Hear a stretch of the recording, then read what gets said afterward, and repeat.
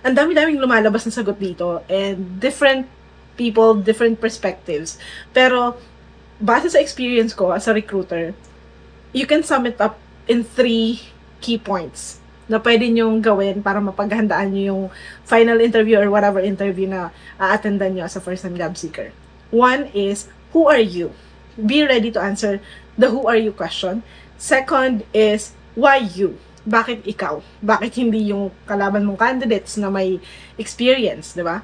And why us? Sa dinami-dami ng pwede mong applyan, bakit kami? Wala ka ng choice? Ganon. So, those are 3 key questions na pwede mong paghandaan while naghahanap ka ng, naghihintay ka for final interview. So, who are you question is always, or most of the time, must sa tell me about yourself question.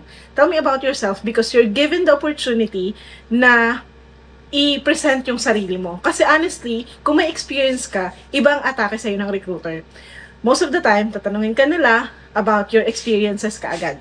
Pero kapag medyo mga fresh grad yung kausap namin, we're giving you the opportunity to present yourself. Kasi that way, malalaman namin kung gaano ka confident, how you carry yourself sa conversation, yung communication skills mo, mag-gauge na namin. 'Di ba? At the same time, I want to, tawag dito, give you a heads up in a way na hindi ito life story nyo. Okay? It's not your life story. Hindi nyo sabihin na, hi, I'm Jen, I'm 25 years old, I'm the youngest in 3 siblings, and my father is dead, or whatever. So, hindi ganon, okay?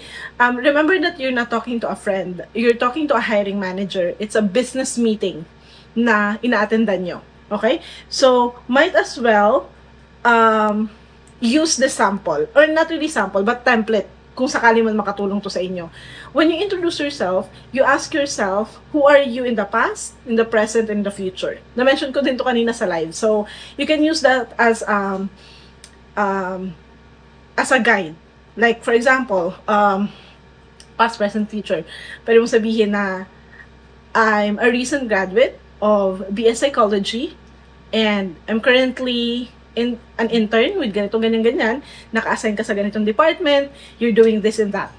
And future is, I'm looking for a job that is whatever reason na possible na meron ka kung ba't ka naghahanap ng trabaho.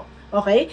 And yun, pwede mo siyang gawing formula. And yung tell me about yourself, it doesn't have to be 5 minutes. Okay? Hindi ganon. Kahit 60 to 90 seconds lang, sapat na para ma-showcase mo kung sino ka, para mabigyan mo ng heads up si recruiter